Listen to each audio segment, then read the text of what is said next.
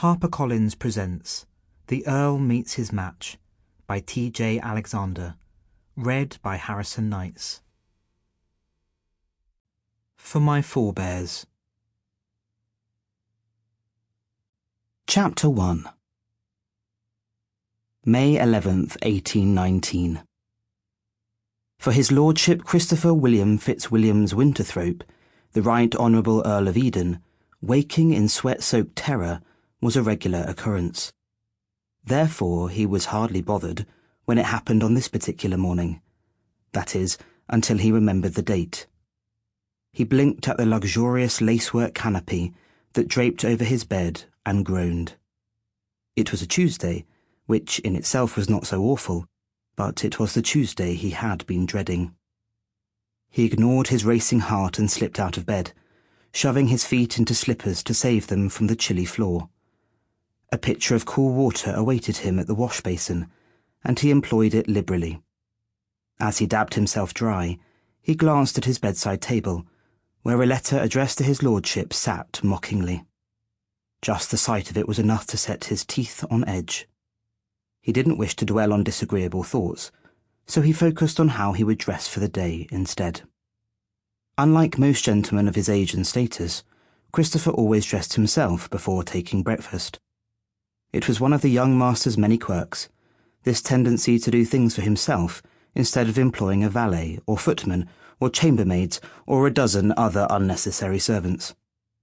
There were a handful of day workers who could be called from the village to assist the skeleton staff, but Christopher didn't concern himself with the details, so long as his home was kept as empty as possible.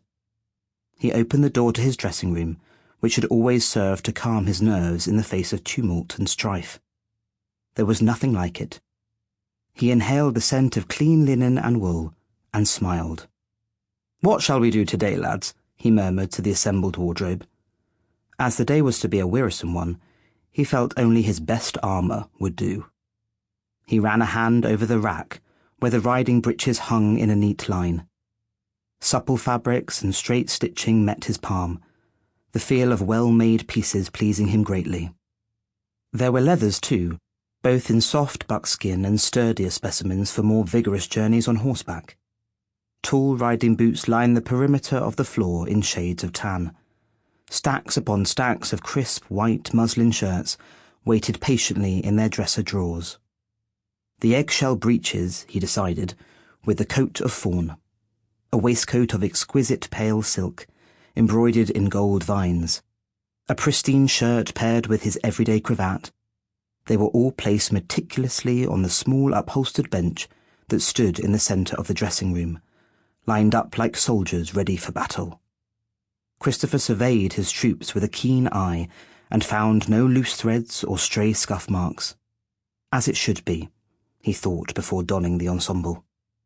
He took great pleasure in maintaining his clothing and always sent anything less than perfectly presentable to the village seamstress for mending, as he was quite useless with a needle. Of course, a valet should have been the one wielding that needle and overseeing the mending, as cook so often reminded him, and yet.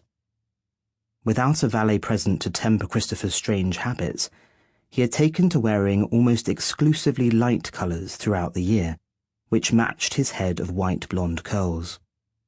Even in the darkest months of winter, he donned only pale buckskin breeches, cloud-coloured coats, and boots reminiscent of milky tea.